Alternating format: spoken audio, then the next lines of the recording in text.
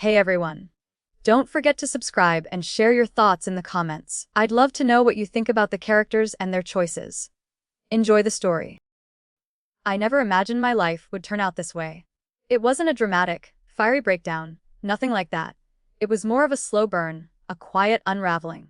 I guess that's how a lot of marriages end, isn't it? Tim and I had been together for over 10 years. At first, everything was perfect. I thought we had it all, the chemistry, the love, the future. But after a while, things just faded.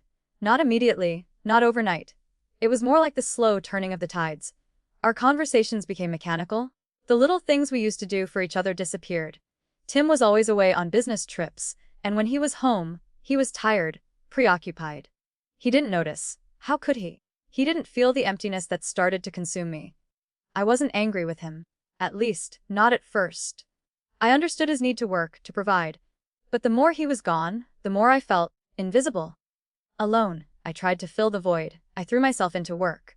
I worked long hours, attended every meeting, stayed late. But it wasn't enough. Something was missing. There were days when I felt like I was suffocating, and the only way to breathe was to pretend that everything was fine. Then, I met Eric. He was a colleague.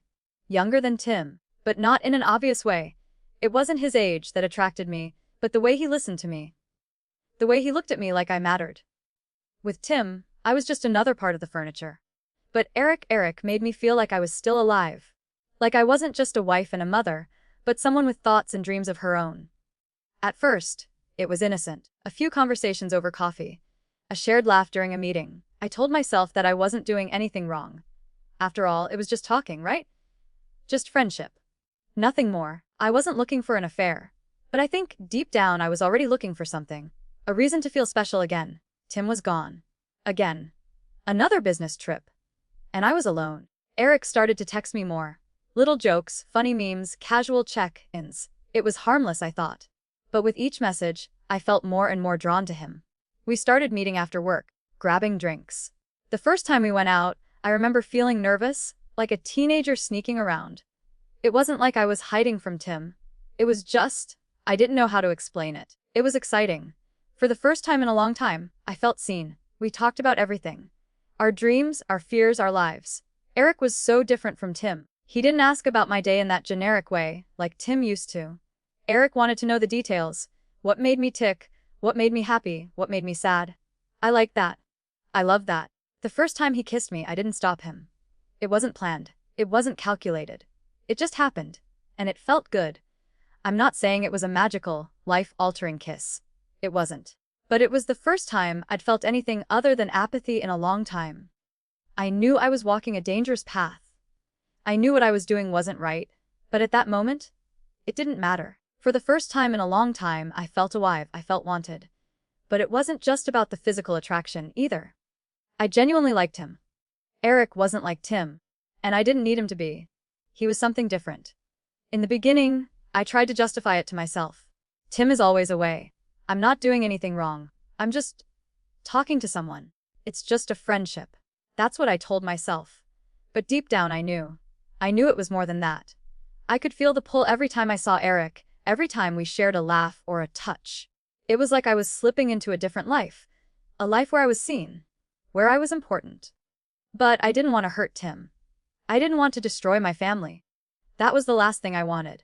So, I kept lying to myself. I kept telling myself that I wasn't doing anything wrong. That it was just a phase, just something that would pass. And when Tim came home from his business trips, I would be the wife again. I would act like everything was normal. But it wasn't normal. Not anymore. There were nights when I would lie awake, wondering how long I could keep this secret.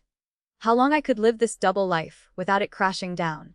But I told myself that I was in control. That I could handle it. I convinced myself that it wasn't really an affair. Not yet.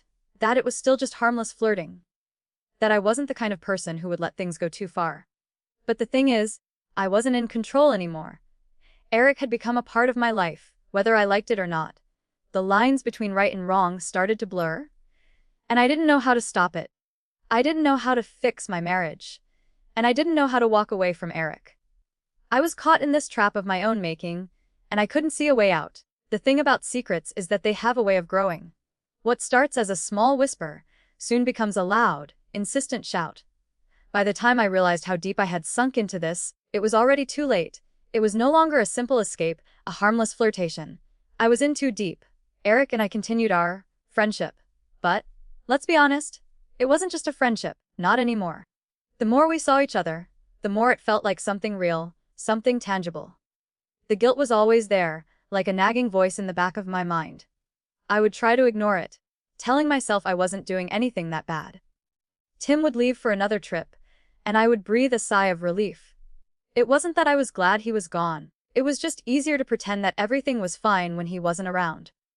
Eric started coming over to my house more often.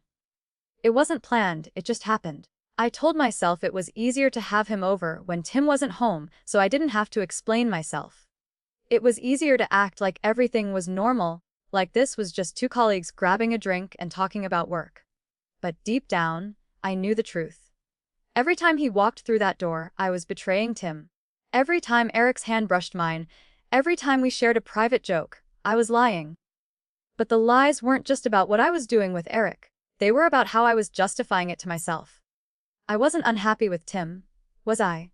I told myself I wasn't. I wasn't looking for someone else. I wasn't trying to ruin my marriage. I was just confused. Tim and I had lost our connection, and it wasn't his fault. I never stopped loving him, not really.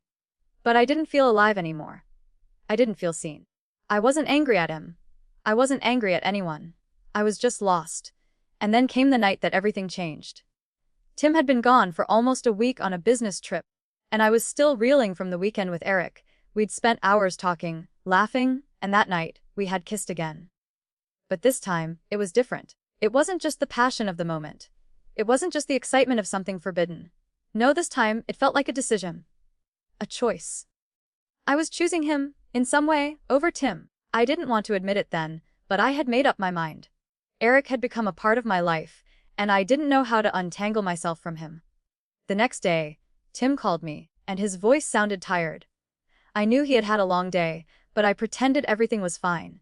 We talked about the usual stuff.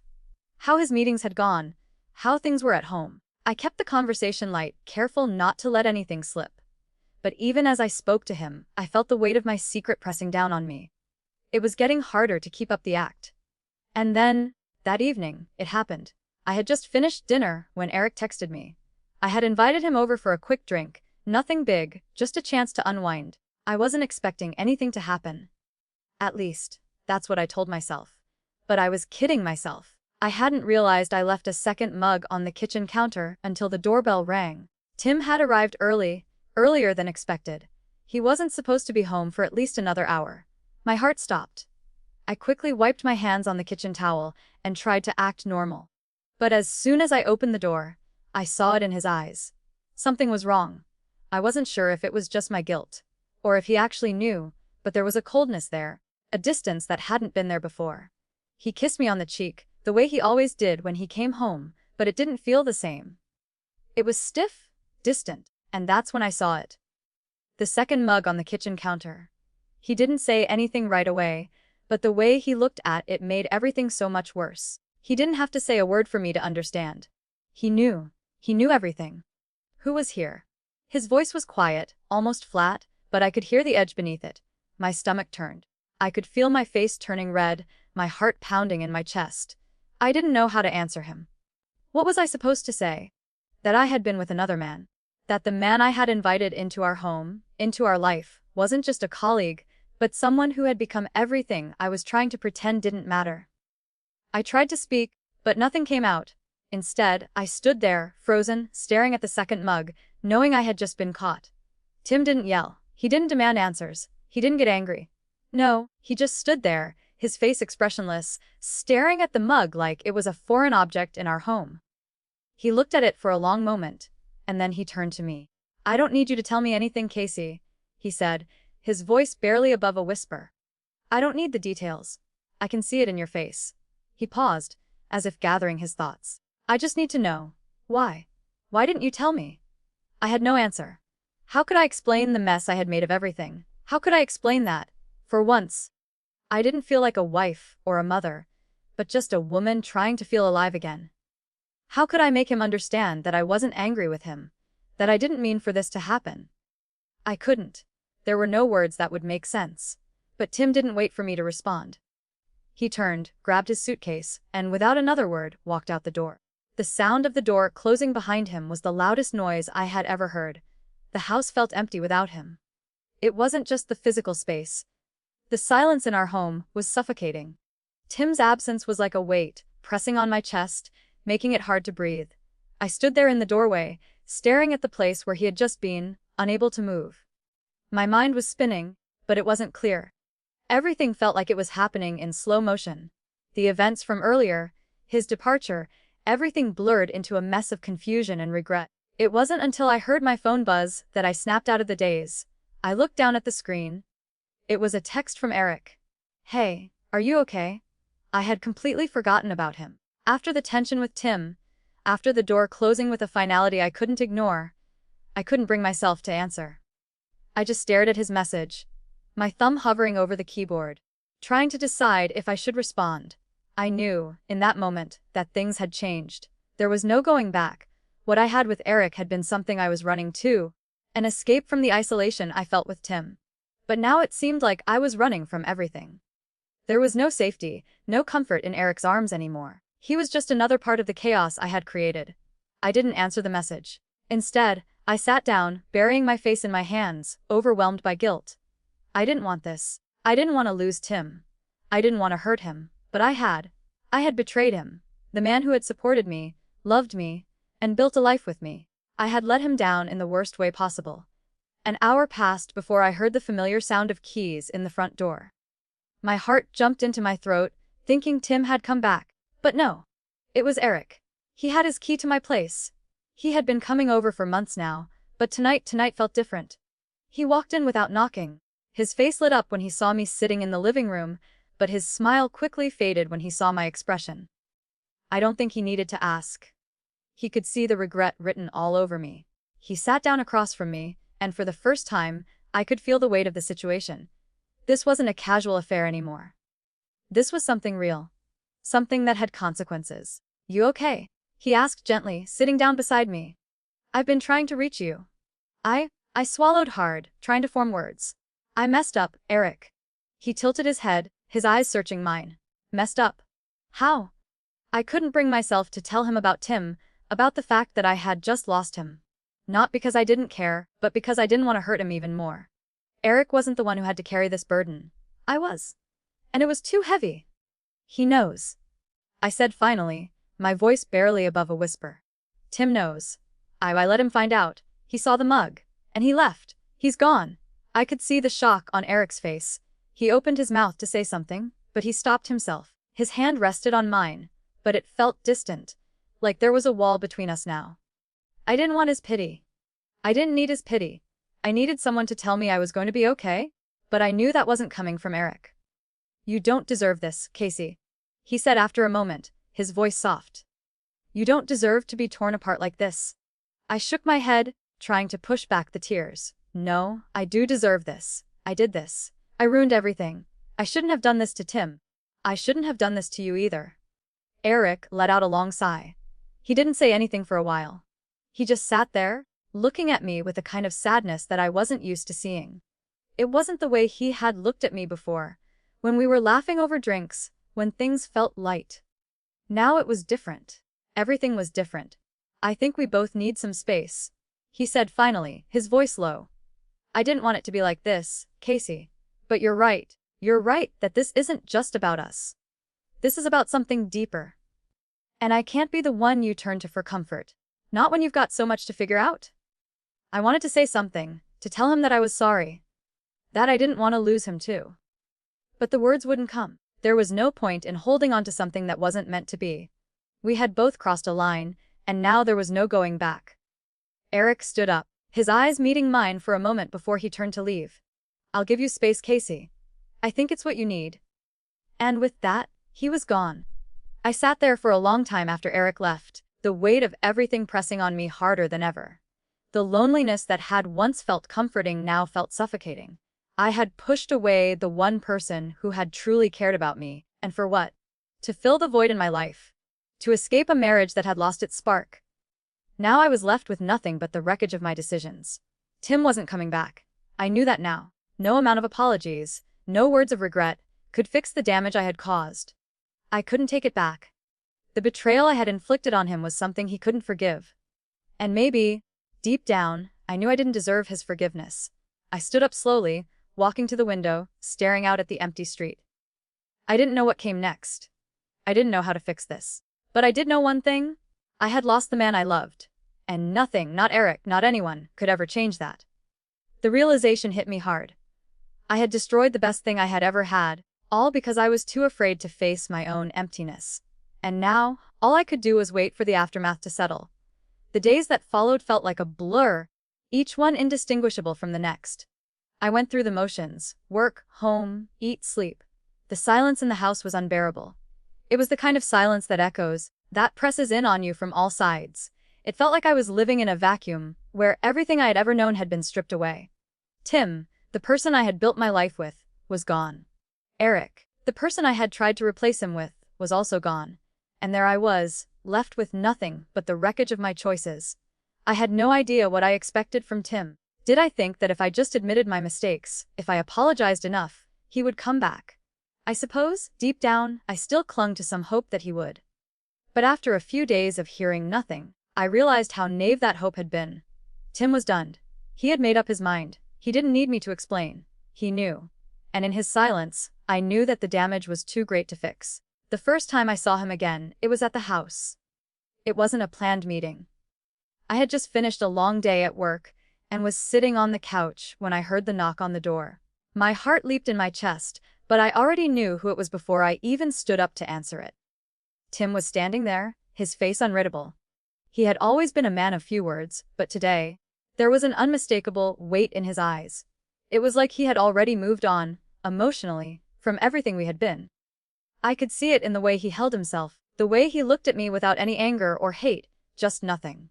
"I need to grab some of my things," he said flatly. "I'll be quick." I nodded, stepping aside to let him in, my heart pounding. I didn't know what I expected this to be. Some sort of emotional reunion, a tearful apology, a moment of clarity where everything would be fixed. But there was no clarity. There was just the quiet, cold reality of everything that had happened. Tim moved around the house like a stranger, gathering his things. His clothes, his toiletries, the little things that had once belonged to both of us. It felt like watching someone dismantle a life you had built together, piece by piece. I wanted to say something, to beg him to stay, to tell him that I was sorry, but the words stuck in my throat. What could I say that would make a difference now? What could I say that would change the fact that I had destroyed everything? "You don't have to leave like this," I finally managed to say. "Tim, I know I messed up. I know I hurt you, but can we at least talk about this? Can we figure it out? I don't want to lose you." Tim stopped for a moment, his back to me, before turning around.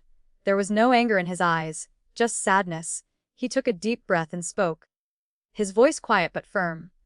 "I don't think there's anything left to figure out, Casey," he said. "I've been thinking about this for a long time. I don't blame you for what happened. I don't. But I can't come back to a relationship where I can't trust you. I can't stay in a marriage that's based on lies. What happened, it's not just a mistake, Casey. It's something much bigger than that. You changed. I changed. And we're just different people now. You were never meant to hurt me. But you did, and I can't keep living with that." The words hit me like a punch to the gut. I had been bracing for this, but hearing him say it out loud made it real.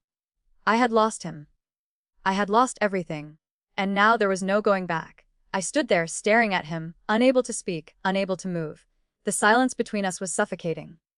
"I'm sorry, Tim," I whispered, barely audible. "I never meant to hurt you. I never wanted this."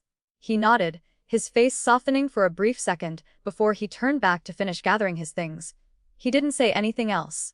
He didn't need to. I understood. He left without another word, and I stood there in the quiet, knowing that was the last time I would see him like this. The man I had married, the man I had loved, was gone. And I had no one but myself to blame. In the days that followed, I spent a lot of time in the same place where I had first realized that I had lost him. I sat on the couch, staring at the empty room. There were no more sounds of laughter, no more conversations over dinner. There was just the silence, the regret, the realization that I had let go of something precious because I was too focused on finding something outside of myself. I tried to contact Eric a few times after that, but I never heard back. I think, deep down, I knew he wasn't the answer. He wasn't the one who could fill the void I had created. The truth was, he was just a distraction. A way to feel wanted. To feel like I wasn't just the empty shell of a woman who had lost her way. But it was too late for that now. I had burned that bridge too. And that was the hardest part. Not losing Tim, but realizing that I had thrown everything away for the sake of feeling alive again, even if only for a moment. I still think about Tim. I still wonder if, somehow, things could have been different. But I know they can't be. I know that I'll never get back what I had with him, not because he doesn't still care, but because I betrayed him. And some things, once broken, can never be repaired. Now, I'm left alone with my regrets, learning to live with the consequences of my actions. I don't know what the future holds, but I know I have to face it. The price of my choices is high, but it's mine to pay, and I have to live with that.